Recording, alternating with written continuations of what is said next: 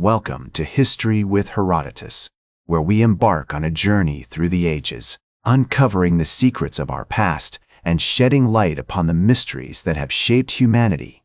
Today, we find ourselves at the threshold of one of the most pivotal moments in human history, the Bronze Age collapse, an event so profound that it would forever alter the trajectory of civilizations across the ancient world. As we delve into this fascinating era, let us first set our gaze upon the vibrant tapestry of the Eastern Mediterranean during the Late Bronze Age, a period marked by the flourishing of powerful kingdoms and city-states.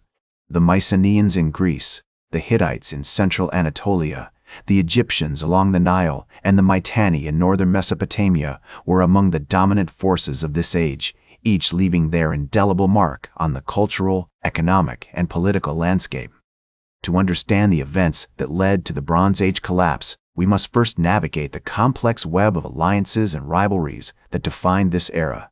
The Mycenaeans, with their fortified cities like Mycenae and Tiryns, stood as a bulwark against the waves of invasion from the north, while the Hittites, under the wise leadership of Suppiluliuma I, expanded their empire through strategic marriages and military campaigns. Meanwhile, in Egypt, the mighty pharaoh Ramses II ruled with an iron fist, his armies clashing with the Hittites in the famous Battle of Kadesh, a conflict that would ultimately result in the world's first recorded peace treaty. This intricate dance of power and diplomacy was not without its challenges, however, as the rising tide of instability began to erode the foundations of these ancient civilizations. In the midst of this turmoil, a new player emerged on the scene: the Sea Peoples, a loose confederation of naval raiders and migrants who would soon become the catalyst for the chaos that was to come. Their origins shrouded in mystery, these seafarers began to make their presence known through a series of devastating attacks on coastal cities and trade routes, sending shockwaves throughout the region. The delicate balance of power, maintained for so long through a combination of military might and diplomatic maneuvering, began to fray at the edges. It was against this backdrop of rising tensions and growing instability that the first whispers of the Bronze Age collapse began to echo across the ancient world. In the city-states of the Levant, such as Ugarit and Byblos, merchants and traders grew increasingly anxious as the flow of goods and resources began to slow, strangled by the constant threat of piracy and warfare.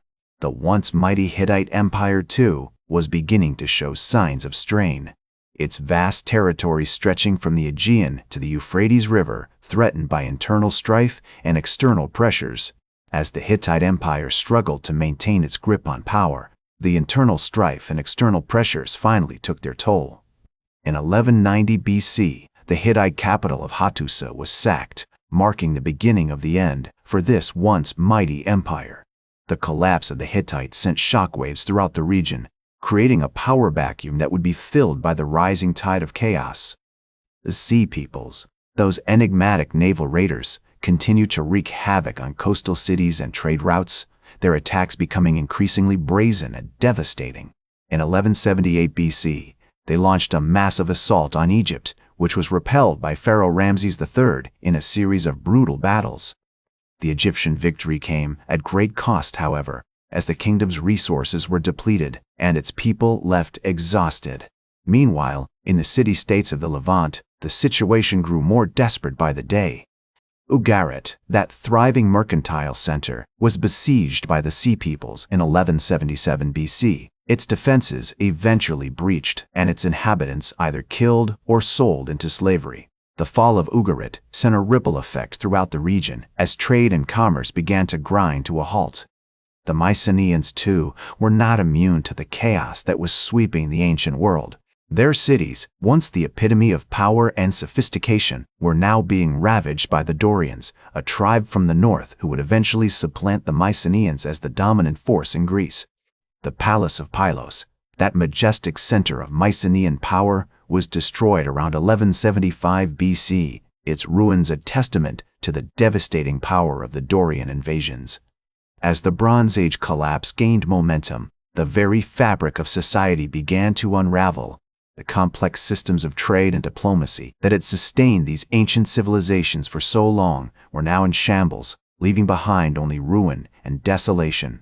The Egyptian priestly class would later lament the passing of this golden age, saying, "The gods have turned their backs on us, and the land is filled with chaos." In the midst of this devastation, small bands of survivors began to coalesce into new communities, forging novel identities and ways of life in the face of unimaginable trauma. The Philistines, a tribe of sea peoples who had settled in the coastal regions of Canaan, would eventually give rise to a distinct culture that would leave its mark on the ancient world.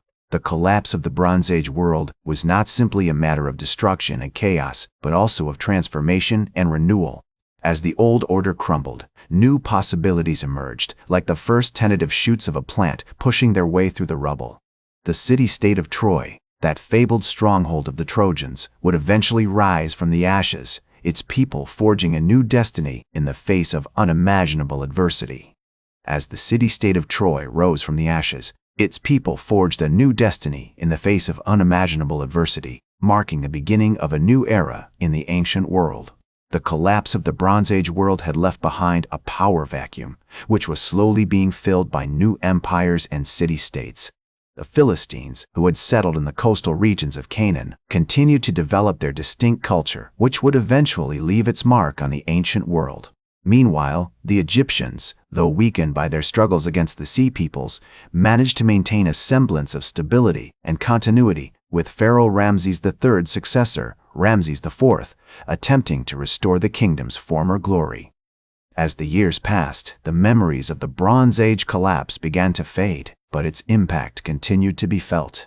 The destruction of the Mycenaean palaces and the Hittite Empire had created a ripple effect, leading to a period of cultural and economic stagnation in the region.